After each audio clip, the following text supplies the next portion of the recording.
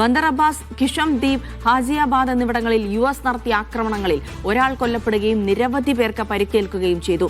കിഷം ദ്വീപിൽ 11 മിസൈലുകൾ പതിച്ചതായാണ് report. Iran നടത്തിയ തിരിച്ചടിയിൽ 3 അതിർത്തി കേന്ദ്രങ്ങളും ഒരു ഓഫ്ഷോർ എണ്ണ ഡ്രില്ലിംഗ് പ്ലാറ്റ്ഫോമും ആക്രമിക്കപ്പെട്ടതായി കുവൈത്ത് അറിയിക്കുന്നു. കുവൈത്തിലെ അമേരിക്കൻ ഹിമാസ് മിസൈൽ ലോഞ്ചറുകളെ ലക്ഷ്യമിട്ടതായി IRGC അറിയിച്ചു. അമേരിക്കൻ ആക്രമണങ്ങളിൽ ഇറാന്റെ വൈദ്യുതി ഗ്രിഡിന് കനത്ത നാശം സംഭവിച്ചതായും 2000-ലധികം കേന്ദ്രങ്ങൾ തകർന്നതായും സർക്കാർ വൈദ്യുതി കമ്പനി വ്യക്തമാക്കുന്നു. US ഇറാൻ ആക്രമണം തുടർന്നാൽ വൻ പ്രത്യാഘാതങ്ങൾ ഉണ്ടാകുമെന്ന് UN സെക്രട്ടറി ജനറൽ അന്റോണിയോ ഗുട്ടറസും പ്രതികരിച്ചു. MC നാസർ വിവരങ്ങൾ നൽകാനായി ചേരുകയാണ്. അപ്പോൾ നാസർ, വലിയ രീതിയിലുള്ള പ്രത്യാക്രമണങ്ങളിലേക്ക് പോയിക്കൊണ്ടിരിക്കുന്നു. ഇരു രാജ്യങ്ങളും, അത് ഗൾഫ് രാജ്യങ്ങളെ അടക്കം ആക്രമണങ്ങൾ ബാധിക്കുന്നു എന്നുള്ള വാർത്തകൾ വരികയാണ്. അങ്ങനെയാണെങ്കിൽ സ്വാഭാവികമായിട്ടും ഈ ഒരു നില തുടർന്ന് പോവുകയാണെങ്കിൽ ഒരുപക്ഷെ ഇനിയൊരു വളരെ പെട്ടെന്നുള്ള ഒരു ചർച്ചയിലേക്ക് നീങ്ങാൻ പോലും സാധ്യതയില്ലാത്ത രീതിയിലുള്ള ആക്രമണങ്ങളിലേക്ക് പോയിക്കൊണ്ടിരിക്കും. ഇതിൽ മധ്യസ്ഥ രാജ്യങ്ങൾ ഏതെങ്കിലും തരത്തിലുള്ള ഇടപെടലുകൾ നടത്തുന്നുണ്ടോ? നിലവിലുണ്ടായ ആക്രമണങ്ങളുമായി ബന്ധപ്പെട്ട് എന്തൊക്കെ റിപ്പോർട്ടുകൾ പുറത്തു വരുന്നു നാസർ? ജിൽസി, അല്പം മുമ്പാണ് ഇറാന്റെ വിവിധ പ്രദേശങ്ങളിൽ അമേരിക്ക വീണ്ടും വ്യോമാക്രമണം നടത്തിയിരിക്കുന്നത്. ഇന്നലെ രാത്രി കിഷൻ ദ്വീപിലും ബന്ദർ അബ്ബാസിലും നേർക്ക് ആക്രമണം നടന്നിരുന്നു.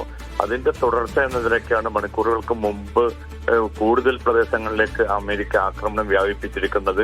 ബന്ദർ അബ്ബാസ്, സിറിക്ക്, ജാസ്ക്, അതോടൊപ്പം തന്നെ മറ്റ് ചില കേന്ദ്രങ്ങളിലേക്ക്, കിഷം ദ്വീപ് ഉൾപ്പെടെയുള്ള കേന്ദ്രങ്ങളിലേക്ക് കൂടി ആക്രമണം നടത്തുന്നതായിട്ടുള്ള റിപ്പോർട്ടുകൾ പുറത്തുവിടുന്നു. തങ്ങളുടെ സൈനികമായ ലക്ഷ്യങ്ങളാണ് പ്രധാനമായിട്ടും മുന്നിൽ കാണുന്നതെന്ന് US സെൻട്രൽ കമാൻഡ് വ്യക്തമാക്കുന്നുണ്ട്. പക്ഷെ സിവിലിയൻ കേന്ദ്രങ്ങളിലേക്ക് കൂടി ആക്രമണം വ്യാപിക്കുന്നത് സ്വാഭാവികമായിട്ടും വലിയ ഈ യുദ്ധം കൂടുതൽ വ്യാപ്തിയിലേക്ക് നീങ്ങുമോ എന്ന ആശങ്ക കൂടുതൽ ശക്തമാക്കുകയാണ്. അതേസമയം മധ്യസ്ഥ നീക്കങ്ങൾ പൂർണ്ണമായിട്ടും തടസ്സപ്പെട്ടൊരവസ്ഥയിലാണ്. കാരണം ഏറ്റവും അവസാനമായിട്ട് ഈ മധ്യസ്ഥ നീക്കങ്ങൾക്ക് മുന്നിൽ നിന്നത് ഖത്തറും ഒമാനുമായിരുന്നു. പക്ഷെ ആ രണ്ട് രാജ്യങ്ങളെയും ഇറാൻ അമേരിക്കക്കെതിരായിട്ടുള്ള നീക്കത്തിന്റെ ഭാഗമായിട്ട് ആക്രമിച്ചു. ഇത് ആ രാജ്യങ്ങളെ സംബന്ധിച്ചിടത്തോളം വലിയ പ്രതിസന്ധി രൂപപ്പെടുത്തിയിട്ടുണ്ട്. കാരണം ഇന്നലെ ഇറാൻ അംബാസഡറെ നേരിട്ട് വിളിച്ചുപെടുത്തിയാണ് ഒമാൻ തങ്ങളുടെ കടുത്ത പ്രതിഷേധം അറിയിച്ചിരിക്കുന്നത്. കാരണം മധ്യസ്ഥ നീക്കങ്ങളിലേക്ക് ഇനി ഈ രാജ്യങ്ങൾ വേണ്ടത്ര താല്പര്യം എടുക്കുന്നില്ല എങ്കിൽ തീർച്ചയായിട്ടും പ്രതിസന്ധി കൂടുതൽ വ്യാപിക്കും. കാരണം അമേരിക്കയും ഇറാനും തങ്ങളുടെ നിലപാടുകളിൽ ഉറച്ചു നിൽക്കുകയാണ്. ഹോർമുസിന്റെ കാര്യത്തിൽ ഒരു വിട്ടുവീഴ്ചയുമില്ല എന്നാണ് ഇറാൻ നേതൃത്വം പ്രധാനമായിട്ടും IRGC അറിയിച്ചിരിക്കുന്നത്. അമേരിക്ക ആവട്ടെ തങ്ങൾ രൂപപ്പെടുത്തിയിരിക്കുന്ന ഒമാൻ തീരത്തോട് ചേർന്നുള്ള പുതിയ കപ്പൽപാതയിലൂടെ കപ്പലുകൾ കൊണ്ടുപോകും. അവിടെ തങ്ങൾ അതിന് ആവശ്യമായിട്ടുള്ള സുരക്ഷ നൽകുമെന്ന മുന്നറിയിപ്പ് നൽകുന്നുണ്ട്. പക്ഷെ കപ്പലുകൾ 2 ദിവസമായി പൂർണ്ണമായിട്ടും മുടങ്ങിക്കിടക്കുകയാണ്. ഇത് ആഗോള എണ്ണ വിപണിയിൽ വലിയ പ്രതികരണം സൃഷ്ടിച്ചിട്ടുണ്ട്. ഇന്ന് മാത്രം 3% എണ്ണവില ഉയർന്നിരിക്കുന്നത്. $80 അപ്പുറത്തേക്ക് ബാരലിന് എണ്ണവില ഉയർന്നതായിട്ടുള്ള റിപ്പോർട്ടുകൾ പുറത്തുവിടുന്നു. അപ്പോൾ സമവായ നീക്കങ്ങൾ പരാജയപ്പെടുന്നു. അതോടൊപ്പം തന്നെ ഈ ആഗോള വിപണിയിൽ ഇതിന്റെ പ്രതിഫലനം കൂടുതൽ ശക്തമായി കണ്ടു തുടങ്ങുന്നു. അത്തരമൊരു ഘട്ടത്തിൽ കൂടുതൽ സംഘർഷം, അത് ഹോർമുസിൽ മാത്രമല്ല മേഖലയുടെ ഗൾഫ് രാജ്യങ്ങൾ ഉൾപ്പെടെയുള്ള സുരക്ഷയ്ക്ക് നേരെയും വലിയ ഭീഷണി തന്നെയാണ് ഉയർത്തിക്കൊണ്ടിരിക്കുന്നത്. ജെൽസി, നാസർ, അതിനൊപ്പം തന്നെ ഇപ്പോൾ നമുക്കറിയാം 2 രാജ്യങ്ങളും തമ്മിലുള്ള സംഘർഷം ഇങ്ങനെ തുടർന്നുകൊണ്ടിരിക്കുമ്പോൾ അത് GCC രാജ്യങ്ങളിലേക്കൊക്കെ വലിയ ആക്രമണങ്ങൾ ഉണ്ടാകുന്നുണ്ട്. അതിനപ്പുറത്തേക്ക് നമുക്ക് അറിയേണ്ടത്, അതായത് ഇറാൻ അതൊരു പരിപൂർണമായ ആക്രമണങ്ങളിലേക്ക് പോകുന്നുണ്ടോ? നേരത്തെ ഹൂത്തികളും ഹിസ്ബുല്ലയും ഹമാസ് തുടങ്ങിയ സഖ്യകക്ഷികളും ഒക്കെ ഇതിൽ സജീവമായി തന്നെ ഇടപെട്ടുകൊണ്ടിരുന്നു. അത്തരം ചില നീക്കങ്ങൾ കൂടി ഉണ്ടാവുന്നുണ്ടോ? ജിൽസി, ഇതുവരെ ഹൂത്തികളുടെ ഭാഗത്തുനിന്ന് അത്തരമൊരു നീക്കം ഉണ്ടായിട്ടില്ല. കാരണം ഈ പ്രതിസന്ധി ഇനിയും നീളുകയും ഇറാന് നേരെയുള്ള ആക്രമണം അമേരിക്ക ഈ സ്വഭാവത്തിൽ മുന്നോട്ട് കൊണ്ടുപോവുകയാണെങ്കിൽ തീർച്ചയായിട്ടും ഹൂത്തികളും അതോടൊപ്പം തന്നെ ഹിസ്ബുല്ലയും കുറെ കൂടി ശക്തമായിട്ട് രംഗത്ത് വരുമെന്ന റിപ്പോർട്ടുകൾ നേരത്തെ തന്നെ പുറത്തു വന്നിരുന്നു. അങ്ങനെ ഹൂത്തികൾ രംഗത്ത് വരികയാണെങ്കിൽ ബാബുൽ മന്ദബ് എന്ന ചെങ്കടലിലെ ആ കപ്പൽപാത കൂടി അടഞ്ഞു കിടക്കുന്ന ഒരവസ്ഥ വരും. കാരണം അതിലൂടെയാണ് ഇപ്പോൾ സൗദി അറേബ്യയെ സംബന്ധിച്ചിടത്തോളം മറ്റും അതിന്റെ എണ്ണ ഉൾപ്പെടെയുള്ള എല്ലാ വിഭവങ്ങളും കടന്നു പോകുന്നത്. ആ ചെങ്കടലിലെ കപ്പൽപാത കൂടി തടസ്സപ്പെടുന്ന ഒരവസ്ഥ ഉണ്ടാവുകയാണെങ്കിൽ ആഗോള മാന്ദ്യം അത് കൂടുതൽ ശക്തമാക്കും. അത്തരമൊരു അവസ്ഥ ദൂരീകരിക്കുക അല്ലെങ്കിൽ ഒഴിവാക്കുക എന്ന ലക്ഷ്യത്തോടു കൂടിയാണ് ഗൾഫ് രാജ്യങ്ങൾ ഈ പ്രതിസന്ധി പരിഹരിക്കാൻ വേണ്ടി ശക്തമായി രംഗത്ത് വന്നത്. പക്ഷെ ആ രാജ്യങ്ങളെതിരെയും ഈ ആക്രമണം തുടരുന്നൊരവസ്ഥയിൽ അവർ ഒരു പുനരാലോചനക്ക് അവരും പ്രേരിപ്പിക്കപ്പെടുന്നുണ്ട്. അത് സ്വാഭാവികമായിട്ടും ഈ പ്രതിസന്ധിയെ തീവ്രമാക്കി മാറ്റുകയാണ്. പാകിസ്ഥാനും ഈജിപ്തും തുർക്കിയും ഒക്കെ മധ്യസ്ഥ നീക്കവുമായി രംഗത്തുണ്ട് എങ്കിൽ പോലും അവർക്കൊക്കെ ചെയ്യുന്നതിന് പരിമിതികളുണ്ട്. കാരണം അമേരിക്കയും ഇറാനും ഏതെങ്കിലും അർത്ഥത്തിലുള്ള ഒരു വിട്ടുവീഴ്ചക്ക് നിലവിലുള്ള സാഹചര്യത്തിൽ തയ്യാറായിട്ടില്ല. 14 ധാരണാപത്രം തകർന്ന ഒരവസ്ഥയിൽ ഇനി ഏറ്റുമുട്ടലിലൂടെ തന്നെ മുന്നോട്ട് പോവുക എന്ന ഒരു രീതിയാണിപ്പോൾ താൽക്കാലികമായിട്ടാണെങ്കിലും ഈ രണ്ട് രാജ്യങ്ങളും സ്വീകരിച്ചു കൊണ്ടിരിക്കുന്നത്. പക്ഷേ വരും ദിവസങ്ങളിൽ കുറെ കൂടി ശക്തമായിട്ടുള്ള ഇടപെടലുകൾ ഫ്രാൻസ് ഉൾപ്പെടെയുള്ള രാജ്യങ്ങൾ നടത്തുമെന്ന റിപ്പോർട്ടുകൾ പുറത്തു വരുന്നുണ്ട്. അത് വിജയിച്ചിട്ടില്ല എങ്കിൽ സ്ഥിതി കൂടുതൽ സങ്കീർണമായും സംഘർഷപൂർണമായിട്ടും മാറിയേക്കും. ജെൽസി, യെസ്, അത്തരത്തിലുള്ള ആശങ്ക കൂടി നിലവിൽ ഉണ്ട്. ഏത് രീതിയിലാണ് ഇനി സംഘർഷം വ്യാപിപ്പിക്കുക, അതെങ്ങനെ വ്യാപിക്കുക, അതെങ്ങനെ മുന്നോട്ട് പോകും, ഒപ്പം തന്നെ മീഡിയേറ്റേഴ്സ് രാജ്യങ്ങൾക്ക്, മധ്യസ്ഥ രാജ്യങ്ങൾക്ക് ഇതിനകത്ത് എന്ത് ചെയ്യാൻ കഴിയുമെന്നുള്ള ചോദ്യങ്ങളൊക്കെ ഉണ്ട്.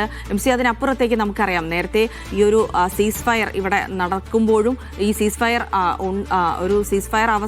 ഉണ്ടായ സമയത്ത് പോലും അതിനപ്പുറത്ത് ഇസ്രായേൽ ലബനനെ ആക്രമിക്കുന്നത് പലപ്പോഴായി തുടർന്നുകൊണ്ടിരുന്നു. അവിടെയും ചില കരാറുകളൊക്കെ ഉണ്ടായെങ്കിലും അതൊന്നും പലപ്പോഴായിട്ട് കൃത്യമായി പാലിക്കപ്പെട്ടിരുന്നില്ല. പക്ഷേ നിലവിൽ ഈ ഒരു ഇറാൻ അമേരിക്ക സീസ് ഫയർ അവസാനിച്ച ഘട്ടത്തിൽ അവിടെയും കാര്യങ്ങൾ ഇതുപോലെ തന്നെ ആക്രമണങ്ങളൊക്കെ തന്നെ പുരോഗമിക്കുകയാണോ?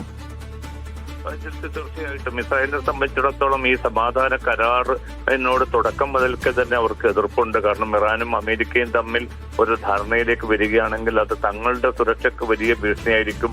അതുകൊണ്ട് ഇനി അമേരിക്ക ഇല്ലെങ്കിലും സ്വന്തം നിരക്ക് തന്നെ തങ്ങൾ ശക്തമായിട്ട് മുന്നോട്ട് പോകുമെന്നൊരു പ്രതികരണമായിരുന്നു ഇസ്രായേൽ പ്രധാനമന്ത്രി നെതന്യാഹു നടത്തിയത്. അതുമാത്രമല്ല, അമേരിക്കയെ കൂടുതൽ ഈ യുദ്ധത്തിന് പ്രേരിപ്പിക്കുമാറുള്ള പ്രതികരണങ്ങളും കഴിഞ്ഞ ദിവസം നെതന്യാഹു നടത്തി. അതിൽ ഏറ്റവും പ്രധാനപ്പെട്ടത് ട്രംപിന് നേരെ വധഭീഷണിയുമായിട്ട് ഇറാൻ രംഗത്തുണ്ട്. ട്രംപിനെ വകവരുത്താനുള്ള കൃത്യമായിട്ടുള്ള പദ്ധതിയാണ് ഇപ്പോൾ ഇറാൻ ആവിഷ്കരിച്ചിരിക്കുന്നത്. അതിന്റെ തെളിവുകൾ തങ്ങൾക്ക് ലഭിച്ചതായി നെതന്യാഹു അറിയിച്ചിരുന്നു. ഇതിന് ആധികാരികത നൽകുമാറാണ് ട്രംപിന്റെ ഭാഗത്തു നിന്നും പ്രതികരണമുണ്ടായത്. കഴിഞ്ഞ കുറെ വർഷങ്ങളായി ഇറാൻ തന്നെ വകവരുത്താനുള്ള കൊണ്ടുപിടിച്ച നീക്കത്തിലാണ്. താൻ കൊല്ലപ്പെടുകയാണെങ്കിൽ ഇറാൻ എന്ന ഈ രാജ്യത്തിനെതിരെ അതിശക്തമായ നടപടികൾ സ്വീകരിക്കണമെന്ന് താൻ ഉദ്യോഗസ്ഥർക്ക് നിർദ്ദേശം നൽകി എന്നത് ഉൾപ്പെടെയുള്ള പ്രകോപനപരമായ പ്രതികരണങ്ങൾ ട്രംപ് നടത്തുകയും ചെയ്തു. ഇപ്പോൾ ലെബനാൻ കേന്ദ്രീകരിച്ചും ആക്രമണങ്ങൾ ഇസ്രായേൽ തുടർന്നുകൊണ്ടിരിക്കുന്നതിന്റെ കൃത്യമായിട്ടുള്ള ലക്ഷ്യം എന്നത് ഇറാനും അമേരിക്കയും തമ്മിൽ ഒരു സമാധാനത്തിലേക്ക് വരുന്നതിനെ തകിടം മറിക്കുക എന്നതാണ്. അതുകൊണ്ട് തന്നെ ഈ 14 ധാരണാപത്രത്തിലെ ഏറ്റവും പ്രധാനപ്പെട്ട ഒരു ഉപാധിയായിരുന്ന ലെബനാനിലെ യുദ്ധവിരാമം, പക്ഷെ അത് നടപ്പാക്കാൻ അമേരിക്കയെ പോലും അനുവദിക്കാത്ത വിധത്തിൽ അവിടെ തങ്ങളുടേതായിട്ടുള്ള ആക്രമണം ദക്ഷിണ ലെബനാൻ കേന്ദ്രീകരിച്ച് ഇസ്രായേൽ തുടർന്നുകൊണ്ടിരിക്കുകയാണ്. ഗസയിലും സമാനമായിട്ടുള്ള ആക്രമണം തുടരുന്നത് ഈ മേഖലയിൽ തങ്ങളുടേതായിട്ടുള്ള ഒരു ഗ്രേറ്റർ ഇസ്രായേൽ എന്ന ലക്ഷ്യം നടപ്പാക്കുക എന്ന അത് മുൻനിർത്തിക്കൊണ്ടുള്ള ഇസ്രായേൽ നടത്തിക്കൊണ്ടിരിക്കുന്ന നീക്കങ്ങളുടെ ഭാഗം തന്നെയാണ്. തികച്ചും ആസൂത്രിതം തന്നെയാണിത്. കാരണം ഈ മേഖലയിൽ സമാധാനം വരികയാണെങ്കിൽ തങ്ങളുടെ താല്പര്യങ്ങൾ ഹനിക്കപ്പെടുമെന്ന് കണ്ടുകൊണ്ടാണ്, തന്റേതായിട്ടുള്ള ചില രാഷ്ട്രീയ താല്പര്യങ്ങൾ കൂടി മുൻനിർത്തിക്കൊണ്ടാണ് നെതന്യാഹു ഈ നീക്കത്തിൽ ഇപ്പോൾ ഏർപ്പെട്ടുകൊണ്ടിരിക്കുന്നത്. ജെൽസി, MC, നമുക്കറിയാം, നേരത്തെ ഒരു യുദ്ധം, അതായത് ആദ്യമായിട്ട് ഈ ഒരു ആക്രമണം തുടങ്ങി വെക്കുമ്പോൾ അമേരിക്കയെ സംബന്ധിച്ചിടത്തോളം പലതരത്തിലുള്ള ലക്ഷ്യങ്ങളുണ്ടായിരുന്നു. അത് ആണവായുധവുമായി ബന്ധപ്പെട്ട, യുറേനിയം സമ്പുഷ്ടീകരണവുമായി ബന്ധപ്പെട്ട്, റെജിം ചേഞ്ച് പോലെ അത്തരത്തിലുള്ള പലതരത്തിലുള്ള ലക്ഷ്യങ്ങൾ മുൻനിർത്തിയാണ് ഇത്തരം ഒരു ആക്രമണം നടന്നത്. പക്ഷേ അതൊന്നും അമേരിക്കയെ സംബന്ധിച്ചിടത്തോളം അവിടെ ആ ഒരു ലക്ഷ്യപ്രാപ്തിയിലേക്ക് എത്താൻ കഴിയുന്നില്ല. പക്ഷേ നിലവിൽ ഇപ്പോഴത്തെ ഒരു യുദ്ധം അല്ലെങ്കിൽ അതിന്റെ ഒരു കേന്ദ്രം എന്ന് പറയുന്നത് ഹോർമുസ് മാത്രമാണോ? ഹോർമസ് ആണ് ഇപ്പോൾ ഏറ്റവും വലിയ ഒരു കേന്ദ്ര ബിന്ദുവായിട്ട് ഇപ്പോൾ മാറിയിരിക്കുന്നത്. കാരണം ഫെബ്രുവരി 28 ഇസ്രായേലും അമേരിക്കയും ചേർന്ന് ഇറാന് നേരെ ആക്രമണം നടക്കുന്ന ഘട്ടത്തിൽ തുറന്നു കിടന്ന ഒരു കപ്പൽപാത, ഒരു തടസ്സവുമില്ലാതെ കപ്പലുകൾക്ക് കടന്നു പോകാൻ പറ്റിയ ഒരവസ്ഥ, അതാണ് ഇപ്പോൾ പൂർണ്ണമായും തകിടം പറഞ്ഞിരിക്കുന്നത്. ഇപ്പോൾ അമേരിക്ക പറയുന്നത് ഹോർമസ് ഉടൻ തുറന്നു കിട്ടണം, ഹോർമസിൽ കപ്പലുകൾ ആക്രമിക്കുകയില്ല എന്ന് ഇറാൻ ഔദ്യോഗികമായി തന്നെ പരസ്യ പ്രസ്താവന നടത്തണം എന്ന, അതായത് തുടക്കത്തിലുള്ള റെജീം ചേഞ്ച്, ആണവായുധം കൈവശം വെക്കുന്ന ഇറാനെതിരായ നീക്കം എന്ന പ്രധാന ലക്ഷ്യങ്ങളൊക്കെ മാറി ഇപ്പോൾ ഹോർമുസിലേക്ക് മാത്രമായിട്ട് ഇത് കേന്ദ്രീകരിച്ചിരിക്കുകയാണ്. കാരണം ഇത് ആഗോള വിപണിയിലും അമേരിക്കൻ ആഭ്യന്തര രാഷ്ട്രീയത്തിലുമൊക്കെ വലിയ പ്രതിഫലനമായിട്ട് എണ്ണവില വർധനവും അതോടൊപ്പം ഉൾപ്പെടെയുള്ള വിലക്കയറ്റവും പ്രധാന ഇഷ്യൂ ആയി മാറിയിരിക്കുകയാണ്. പക്ഷേ ഇത് സൃഷ്ടിച്ചിരിക്കുന്നത് അമേരിക്ക നടത്തിയ നീക്കങ്ങൾ തന്നെയാണ്. അതുകൊണ്ട് അമേരിക്കയെ സംബന്ധിച്ചിടത്തോളം ഇത് മറികടക്കണമെങ്കിൽ ഹോർമസ് തുറന്നു കിട്ടണം.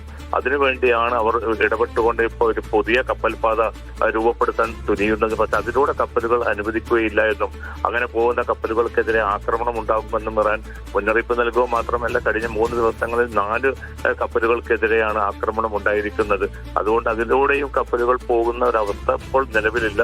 പക്ഷെ ട്രംപ് ഇന്നലെയും വ്യക്തമാക്കുന്നത് സുരക്ഷിതമായിട്ട് അതിലൂടെ കപ്പലുകൾ പോയിക്കൊണ്ടിരിക്കുന്നുണ്ട് എന്നാണ്. പക്ഷെ അതിന് ഉപോത്ബലകമായിട്ടുള്ള ഒരു തെളിവും ഹാജരാക്കാൻ അമേരിക്കക്കോ അല്ലെങ്കിൽ അന്താരാഷ്ട്ര സമുദ്രയാന അതോറിറ്റിക്കോ ഇതുവരെ സാധിച്ചിട്ടില്ല. അപ്പോൾ ഈ പ്രതിസന്ധി നീളുകയാണെങ്കിൽ അത് ഹോർമുസിനെ സംബന്ധിച്ചിടത്തോളം മാത്രമല്ല മേഖലയുടെ സുരക്ഷയെയും വലിയ തോതിൽ തന്നെ ബാധിക്കുമെന്ന കാര്യം ഉറപ്പാണ്.